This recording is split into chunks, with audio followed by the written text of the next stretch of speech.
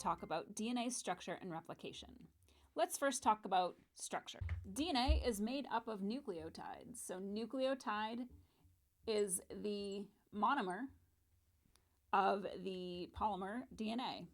The nucleotide has three parts. We have a phosphate group, we have a 5-carbon sugar, and for DNA, it's deoxyribose.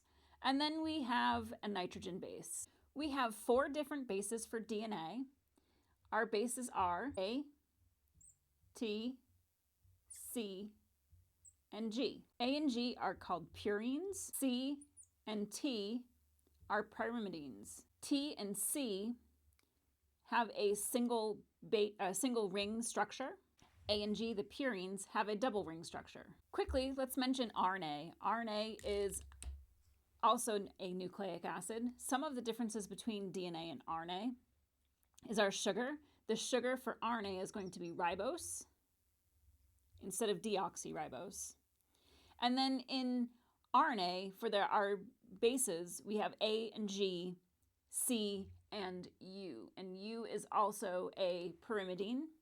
One way that I use to remember purines versus pyrimidines is Ag on the periodic table is silver. So pure silver, purines is A and G. And then that T, C, and U, since there's 3 of them, they can make a pyramid, and pyrimidine, just kind of the word reminds me of pyramid. And because I can stack them like this, having 3 of them, I can make a little pyramid. That's how my brain remembers which ones are purines and which ones are pyrimidines. Another difference between DNA and RNA is that DNA is a double-stranded molecule and RNA, for the most part, is a single-stranded molecule. Let's take a closer look at how these nucleotides come together. The nucleotides, as they are joining together on one side or one strand of the DNA, and this would be the same for RNA, is that the phosphate and sugars connect to each other. And what happens is the two molecules are brought together by dehydration synthesis. So we are going to remove this OH and this H here, and that is going to leave as water. And then these 2 molecules are then covalently bonded together. And this covalent bond has a special name. It's called a phosphodiester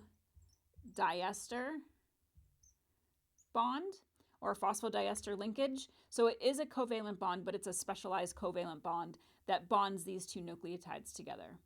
So the sugar and phosphate are going to create the backbone of DNA, and then the bases stick out towards the middle. We'll bond to another nucleotide on this strand. And now let's take a look at our base pairing rules and how the 2 strands come together. Alrighty, so we have our nucleotide, and that nucleotide is going to join together between the phosphate of one nucleotide and the sugar of another. And this is our phosphodiester linkage. We have the 5' phosphate that is going to be attaching to the 3' hydroxyl group. And remember, the hydroxyl group is the OH. So that OH here is a 3' OH attaching to that 5' phosphate. So this is the strand coming down this way.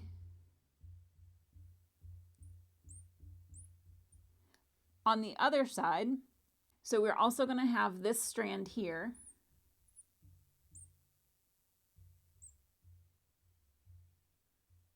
attaching 5' phosphate to that 3' hydroxyl, and so on. The 2 strands attach together through the bases. And remember that a purine is going to pair with a pyrimidine. So if this is A, this is going to pair with T. If this is C, this would pair with G. Now, make our mRNA copy so that way we can act. Hydrogen bonds are bonds that are easily broken and easily replaced. We have to open and close DNA fairly often anytime we want to copy our DNA or anytime we want to make our mRNA copy so that way we can actually make the protein, we have to unzip our DNA, open it up. So we want to open up between these two bases. And then we're going to close it back up again when we're done either copying or transcribing. So these bases need to be easily separated but easily put back together, and that's where the hydrogen bonds come in between those two bases. Before we get into DNA replication, let's talk about some differences between DNA found in prokaryotes and DNA found in eukaryotes. DNA in prokaryotes is circular. It's going to be a few thousand bases big, so it's not a whole... so the genome is actually quite small.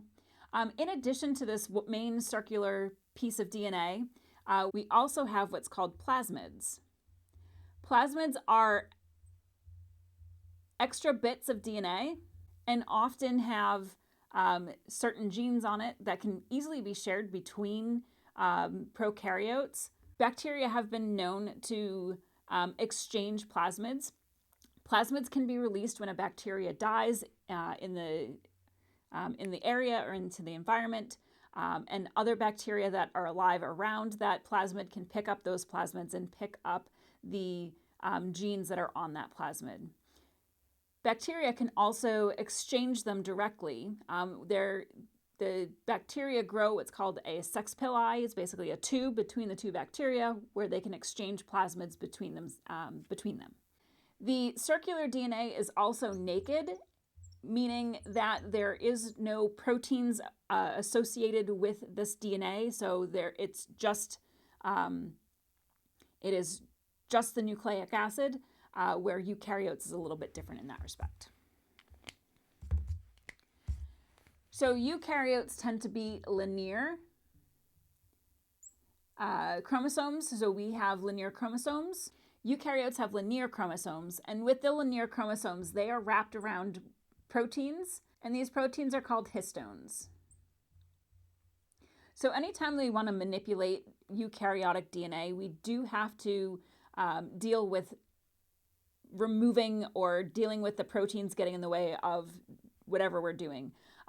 Alrighty, let's move on to DNA replication. DNA replication is the process of making a copy of DNA. This is going to happen when the cell needs to copy itself. So anytime the cell needs to copy itself, the new cell needs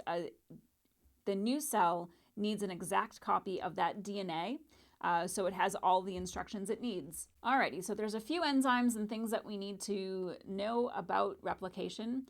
First of all, when we're replicating, we need to open the DNA up so that way we can get in and put and build the new strands. Alrighty, so starting off, we need to unzip our DNA. The enzyme helicase is going to be the enzyme that opens up, unzips our DNA.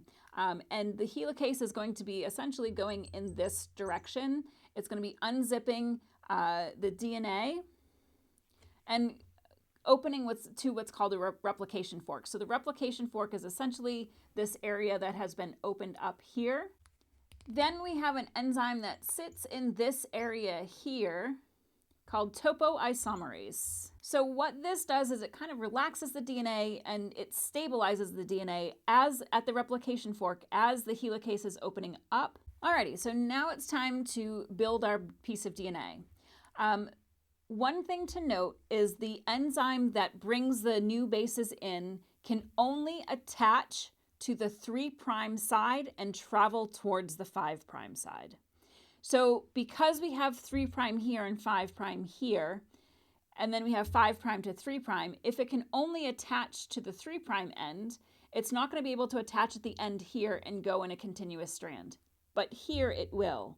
So here the enzyme can attach and then travel in a continuous line.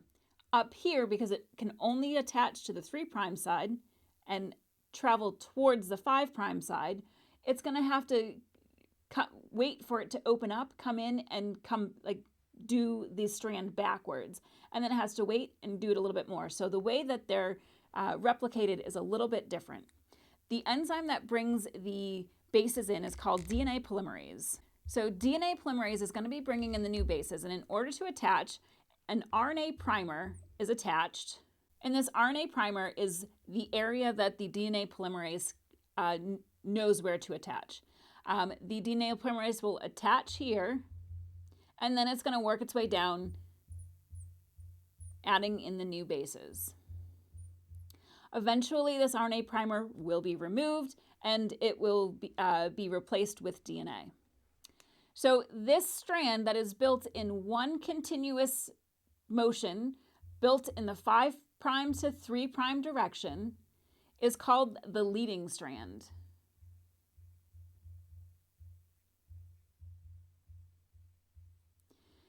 It's continuously built. As this continues to open up, it'll continue to go down the line and continue bringing in those bases. The other side is done just a little bit differently. The DNA is replicated in small little chunks and then put together. So essentially what happens is we install an RNA primer somewhere down the line on the 3' side. DNA polymerase attaches to that RNA primer and then is going to travel in this direction, and it's going to build the new strand of DNA here. And then it's going to wait a little bit longer. Another RNA primer will be added, and it will then travel in this direction, so adding in the new bases. So we have the piece being built in small little chunks. These chunks are called Okazaki fragments. Okazaki fragment is probably one of my favorite biology words. It's basically these small little fragments that are then joined together with another enzyme called ligase. So ligase is the enzyme that's going to attach our small little pieces together, binding our Okazaki fragments to one piece. This strand is called the lagging strand. Leading strand, one continuous piece. Lagging strand, done in small little fragments and then bound together. Looking at our two new pieces of DNA, our new DNA is going to be composed of one side that was the original piece of DNA, and then one side that is the new piece of DNA. Because you have one side completely new, one side completely old, it is called semi-conservative. It is called the semi-conservative model. And that is because one side is conserved and the other side is new. Other models that they were looking at is you have you make one all new piece and keep the old piece, so that way you have one that's all brand new and one that's all old. That would be conservative. And then you have one that where some of this side is new, some of this side is new, some of this side's old, some of this side's old. And after kind of looking at how it happens, they concluded that it's a semi-conservative model, one side being new, one side being old. Alrighty, that was DNA structure and replication. Thanks for watching.